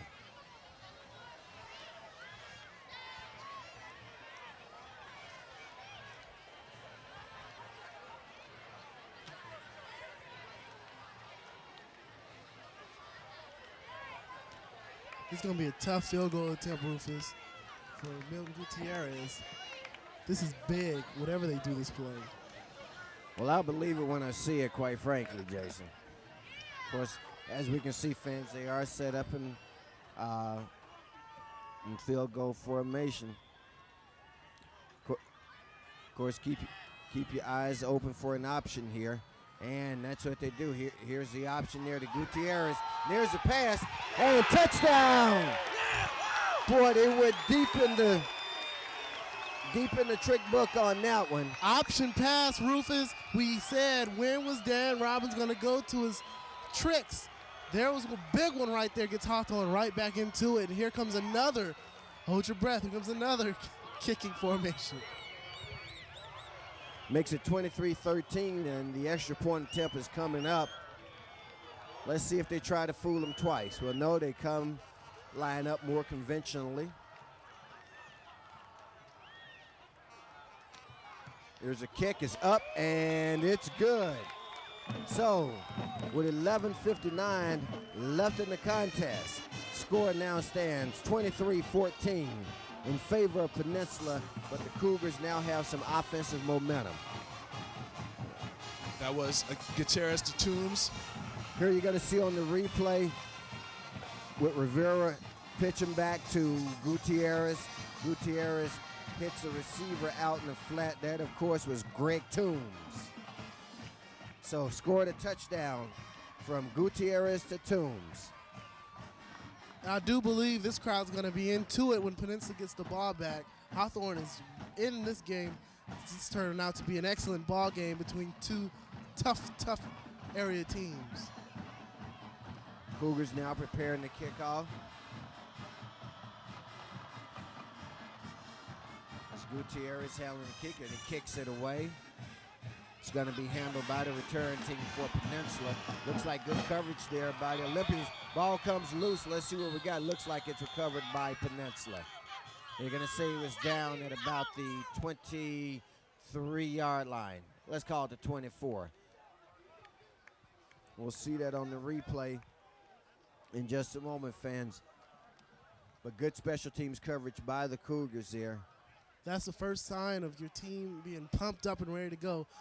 Look for the Cougars. They have a little bit of bounce in their step. They got their second win. See if they can shut down the Panthers on this drive.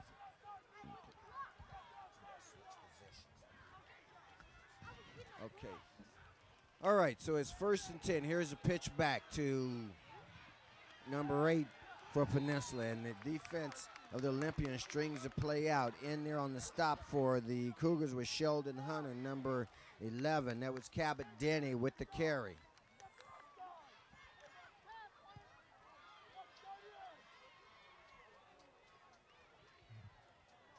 So it's going to make it a 2nd down and 11. Cougar defense right now sure could use a big stop on the play.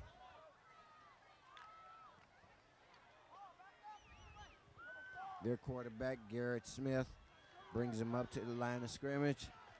They show full house backfield. They keep it on the ground. Marty Cheatham with the carry. And the Cougar defense right now doing the job. They got to do it one more down. This is going to be a big 3rd down play for the Cougar defense.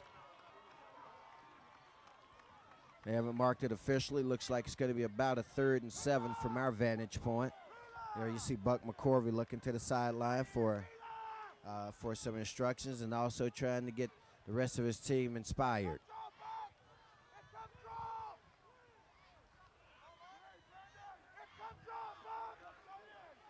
Peninsula wants you to think they're going to pass. I don't think the Cougars think for a second that they're going to pass. And they don't, and they stop him. That was Omar Chacon in on the stop. So Brian, the Cougar defense, gets it done there against Peninsula and gives their offense a chance to get back into it. That was excellent team defense by the Hawthorne Cougars. They only stand 2 touchdowns behind in this contest, and they need to score quickly because they only have 10 minutes left in this last quarter. Well, the difference is 9 points, actually, with a touchdown. And there was a high snap, but there was no pressure on the kicker, so he was able to pull it down and get it away. That's Jermaine Chapman. And see Chapman looking for some room. Now we got flags on the play. Let's see what the call is going to be. This one may go against the Cougars. I know we saw one near clip there. The referee let that one go. And I believe another Cougar got in there and did commit the clip. But let's see what the official call is going to be.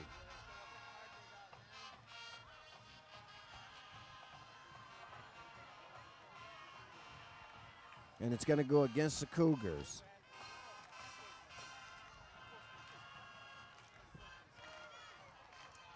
A penalty in this situation is not good for Hawthorne. They need to advance the ball. However, it is regressing instead. Very tight and succinct analysis provided there by Brian Knox. The other side of the announcing team here open tonight, of course, also Jason Miller. And fans, I want you to know it's a pleasure for us here at Channel 60 to be bringing this broadcast to you. It's going to be 1st and 10 for the Cougars now from deep in their own territory.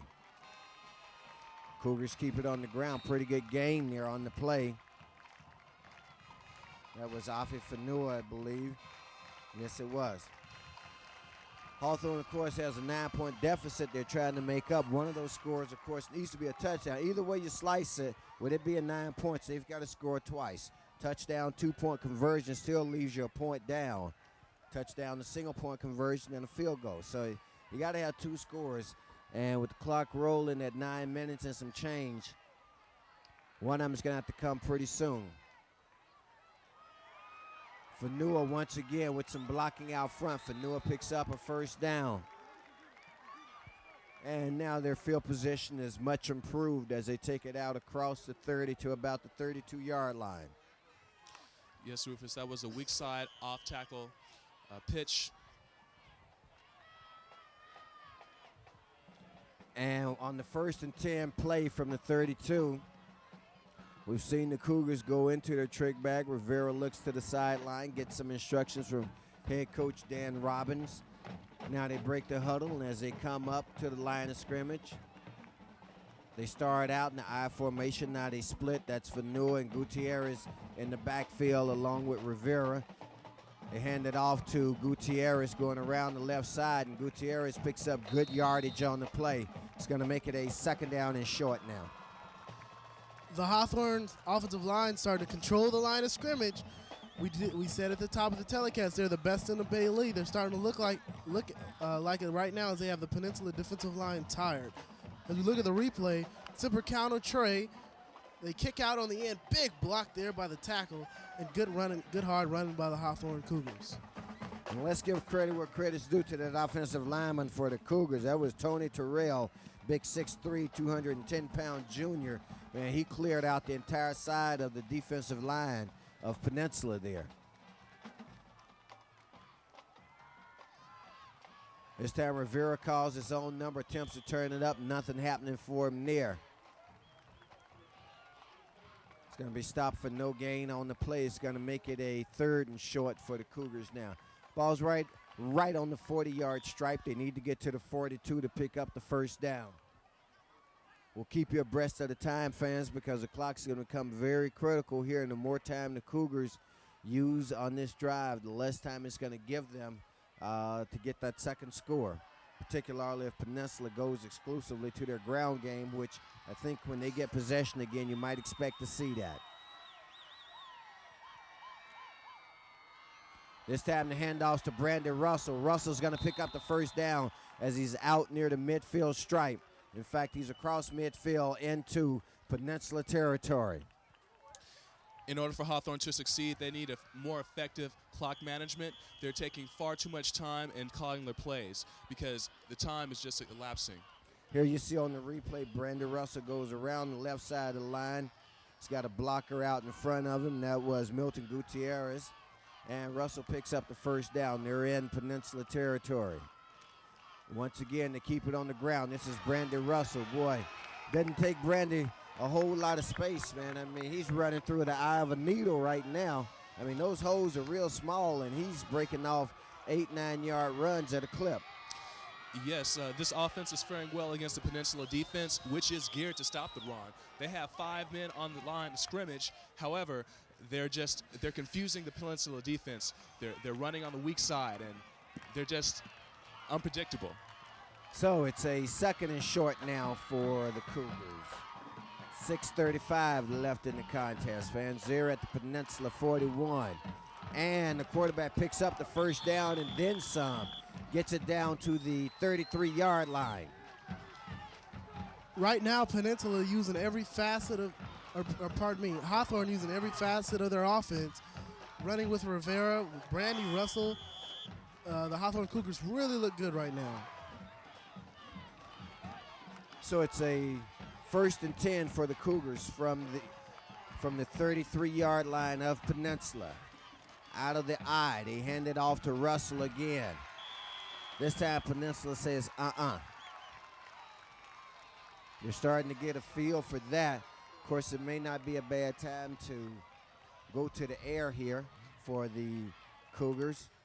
This is going to make it a 2nd and long for them. They're going to have to go to the air, Rufus, because they need a quick strike in order to fare in this game.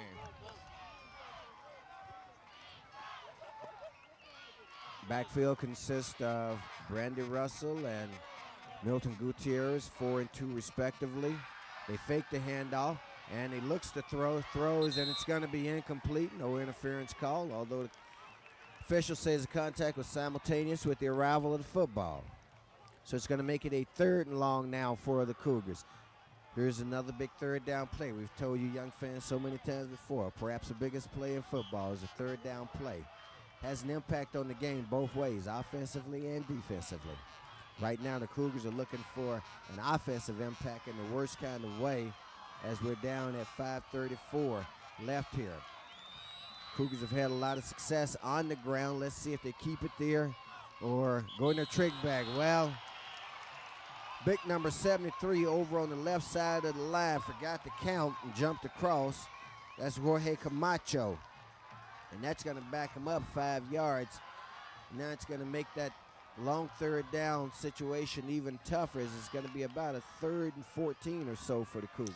I point out that is their 2nd penalty in this drive. Their first was due to that clipping on the punt, and then their 2nd is their false start by number 73, their offensive tackle. So from their own 40-yard line, they need to get down inside the 25 to about the 23.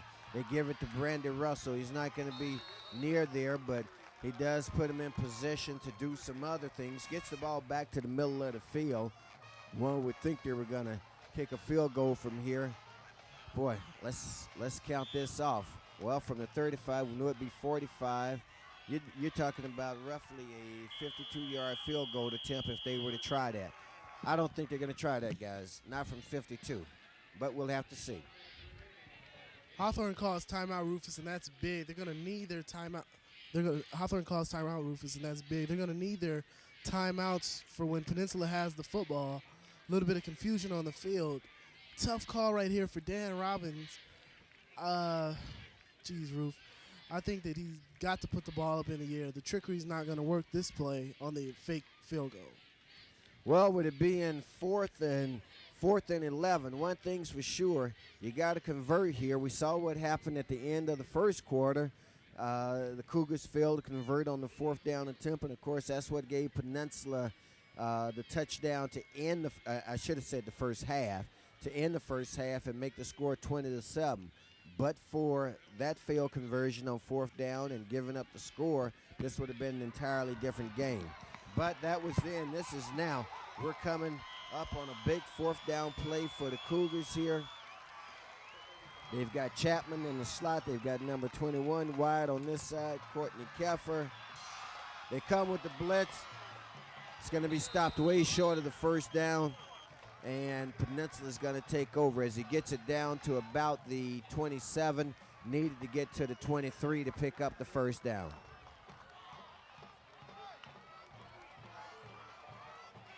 And you see the quarterback, Ray Rivera, limping off there. We're going to see on the replay once again, Rivera heads right up the middle.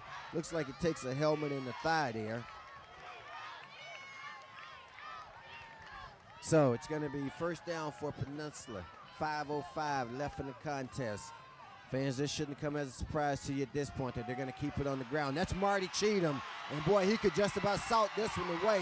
Jermaine Chapman's the only guy who's got a chance, and he's stretching it. It's 5, 6, 10 lengths between them.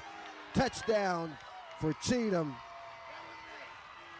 And he broke that one off from his own from his own 38-yard line.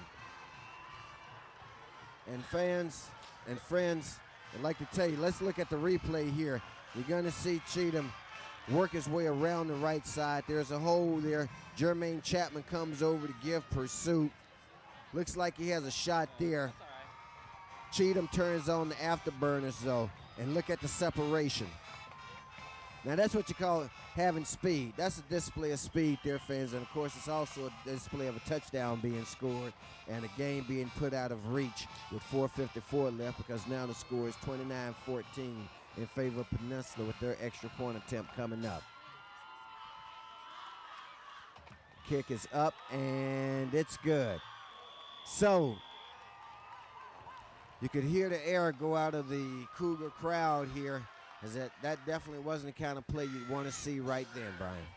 Yes, we can see that on the battle of line of scrimmage, we see that Peninsula was victorious there. You see the tackles, they were pulling out on the defensive ends, and they sustained their blocks, and they drove those defensive ends 3 yards downfield, and then that enabled Cheatham to go the extra distance. Well, Cheatham went all the way for the touchdown, boy, and that, I guess, as I said, may have been the old nail in the coffin for the Cougar attack tonight. You see why they're number 1 in the area, Rufus. Very impressed with Peninsula. When a good team is winning, they can separate from the team that's losing. Peninsula opens it up with a big touchdown run by Marty Cheatham. Well, the question posed in the Daily Breeze today was, can any team beat the Panthers? And I tell you, the way it's looking right now in Bay League action, I'm not so sure. Here, the kickoff was handled by one of the up men, number 22. That's Teron Burrell. Peninsula, of course, came into the night's contest rated number 1 in the Daily Breeze top 10. The Cougars came in rated number 4 at 2-2. They'll obviously drop in the standings next week, and Peninsula will continue to be the number 1 team in the Daily Breeze South Bay top 10. Brian. I'd like to point out, Rufus, that Peninsula has equally distributed the ball to their 4 running backs, to Cheatham, to Denny, and Gill. I must point out Maloney did not play because he has a sprained ankle. So it's a 1st and 10 for the Cougars now. Rivera still on the quarterback. Brandy Russell carrying. Of course, as the clock runs down, you're down by 16. What you need is 2 quick scores. I mean, mathematically, this thing isn't impossible, but it's just a short time frame that it has to happen within. And that doesn't allow for much of a running game when you're trailing by 16 with 4:30 left in the contest. There they go to the air, and it's tipped by one of the defenders for Peninsula, falls incomplete. Let's talk about next week's action for a moment, fans. And I'll give you next week's schedule in just a moment after this replay. Here you see Rivera dropping back the pass, and that was number 8 there that got a hand on. And, of course, we know that that's Cabot Denny for Peninsula. Let me just tell you, Lawndale's Community Cable Channel 60 next Friday night will be covering the losing Olympians as they travel down to Torrance to play West Torrance. That's a 7:30 start I know you'll be right here with us on Lawndale's Community Cable Channel 60 for that game. Rivera drops back the pass, hits his receiver over the middle. That's Fanua Nagata. And he picks up a big first down on the play as the ball is out at the 45-yard line. Let's go to the replay here. We have a split back formation here. Rivera steps back for the pass. The tight end hits the seam, and he catches him about 20 yards downfield, 33, and he's stopped. But not until after he picks up the first down on the play in Peninsula territory at the Peninsula 44-yard line. You see the clock there, fans, and you see the score. 16-point difference, 4 minutes to make it up. And the Cougars now are passing. Another pass to Nagata. Nagata gets it inside the 40 to about the 39. Give him a gain of 5 on the play. Makes it a 2nd down and 5. These Cougars next week, of course, will entertain Santa Monica here at home. That's also a 7:30 start. And of Rufus course, we losing saw Santa Monica last week against the Olympians. They're a very talented team, and that'll be another pretty good game here at Hellcat Field. Losing her next week, losing her at West, Rufus, that ought to be a terrific game. Those teams should fight it out for 3rd place in the Bay League. 2nd down and 5 now for the Cougars. Pump fake. Here's a pass going out in the flat. It's going to overthrow its intended receiver. Good arm shown there by Rivera, but just missed his intended receiver. And, of course, that time he was angling that for Jabari Hamid. Let's look at what Peninsula has in front of them over the next week, fans. As soon as we get it here now, we got Peninsula will be at Torrance. So Peninsula, it would appear, is going to up their overall record to 5-0. They'll go to 2-0 in Bay League action. Losinger is going to, Hawthorne is going to drop to 2-3 and 1-1 in Bay League action. Once again, Cougars passing almost exclusively. That pass incomplete. Also intended for Nagata. Brings up a 4th and 5 now for the Cougars from the Peninsula 45-yard line. 3 minutes left. Still some time, but you got to make something happen right now, guys. Yes, I totally approve of Hawthorne's strategy of using their tight end. On that last play by Rivera, he stepped back. That was a play-action pass to their tight end, number 33. However, he did not come up with the ball. And now, here's the 4th down play. This could be the old ball game to keep it on the ground. This is going to be awfully close. Looks like they're going to give him the benefit of it. And they'll keep the drive alive for the Cougars. That was Brandy Russell with the carry. And there you see the official signal. 1st down Cougars, ball at the 34-yard line.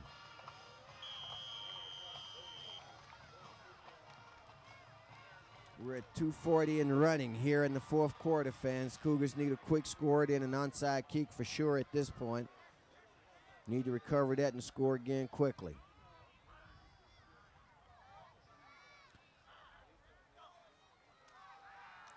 Rivera rolls left. Rivera looking to pass. Rivera gets it away, hits his receiver, and he's going to be brought down. Picks up 9 on the play, though. That's Jermaine Chapman. And now the Cougars are running their version of no-huddle offense. And, of course, that can throw the defense a little off stride. Let's see if the Cougars are able to make it work for them. They keep it on the ground. On the draw to Gutierrez, he's got some room. He heads upfield. He's going to be knocked down short of the goal line. Way short of the goal line. I mean, he's going to spot him at about the 13-yard line. Let's go to the replay. We see Peninsula is using 5 defensive backs, so they're unaware. They don't suspect this draw play by number 2. He runs straight up the middle, goes to the side, little juke. Before he's finally brought down, Gutierrez on the play. Rufus, I think the Cougars have had a problem this season stopping physical teams. As Loyola had a relatively easy time with them, so did Modern Day, and now Peninsula. The Cougars gonna have to be able to stop the run when it comes to these Bay League games, because teams like Peninsula and West, Torrance, and Losinger will run all day if you give them a chance.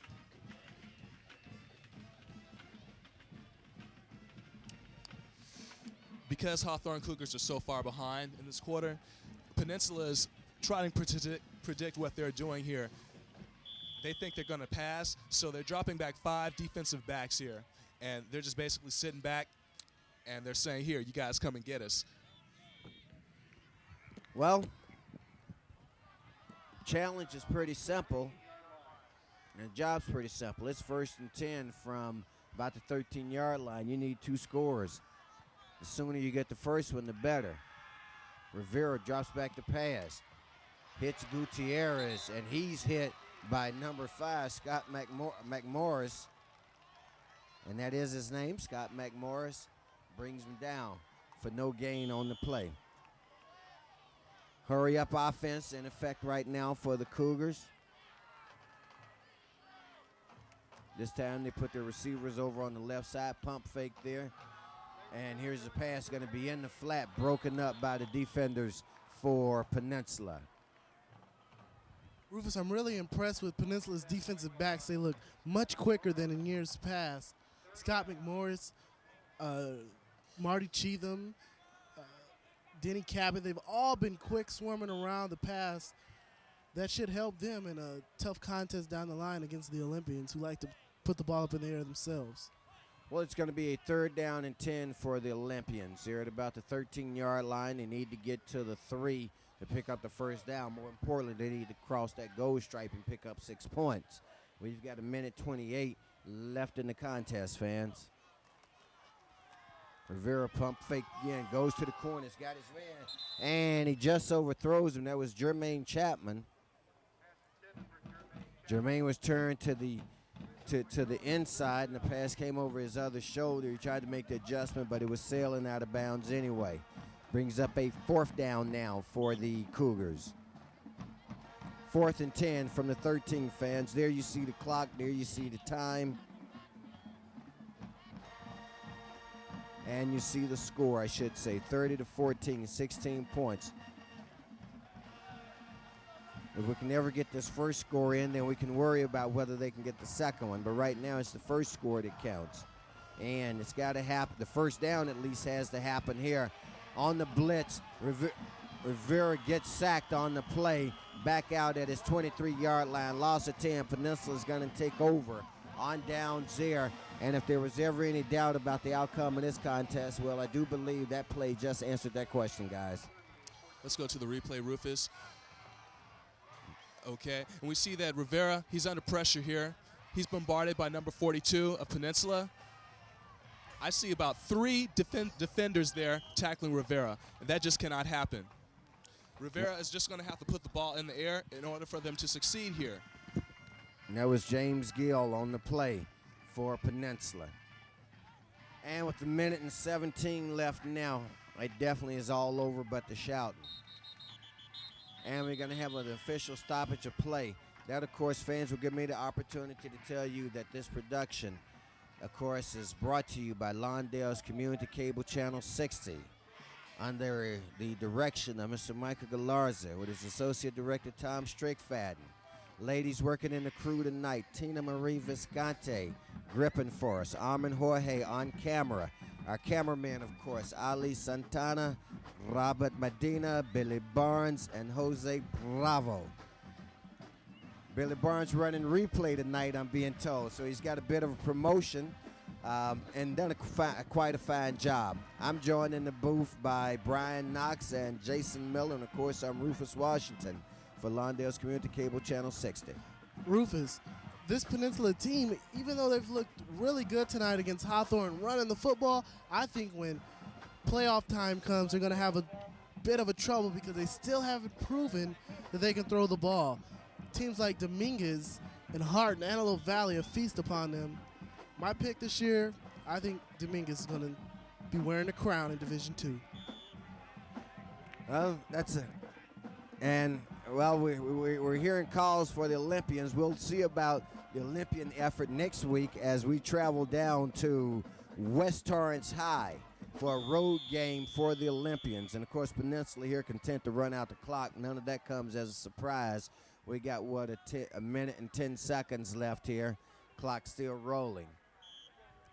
But there's still a lot of Bay Leave action left, even for Hawthorne. They've got Santa Monica, North, West, Inglewood, Lusinger on the 15th, of course, and that's another game that 15th of November, that is, and you can count on Channel 60 being there to bring that game to you. In fact, they'll close out the season with that game. When I started off this telecast, Rufus, I was saying that there was so much at stake in this game here. Number one, the winner of this game, there will be a forerunner in the Bay League Championship. As we see that Peninsula, they will advance to they will be number 1 in the South Bay, and they will also have a record of 2-0 in Bay League competition. And secondly, they will increase their momentum in Division II, the championship race, as we see that they are ranked number 1, and they will play Torrance next season.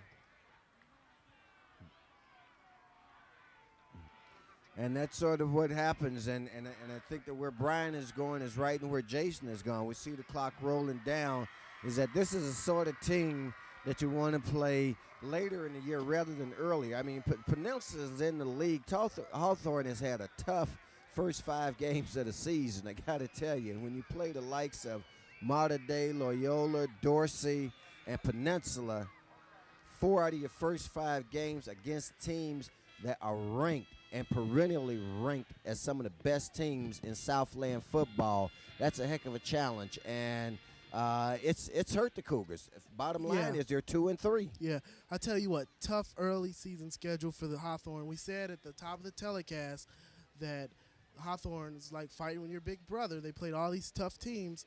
Now they're in the Bay League. They lose the big game of the year to Peninsula. Maybe the Cougars can come back, but from what we've seen tonight, the Cougars going to have to get a little bit more physical against the run. And for the Panthers, they're going to have to be able to pass the ball in order to win that dream that they've had since the school opened in '91 to win that CIF ring. So there you see the final, fans, at Halcap Field tonight. The Hawthorne Cougars go down to defeat against their Bay League rival, the Peninsula Panthers, by a score of 30-14. For everybody here at Lawndale's Community Cable Channel 60, for Brian Knox, for Jason Miller, I'm Rufus Washington saying good night, and we want you to join us again on our next Channel 60 broadcast.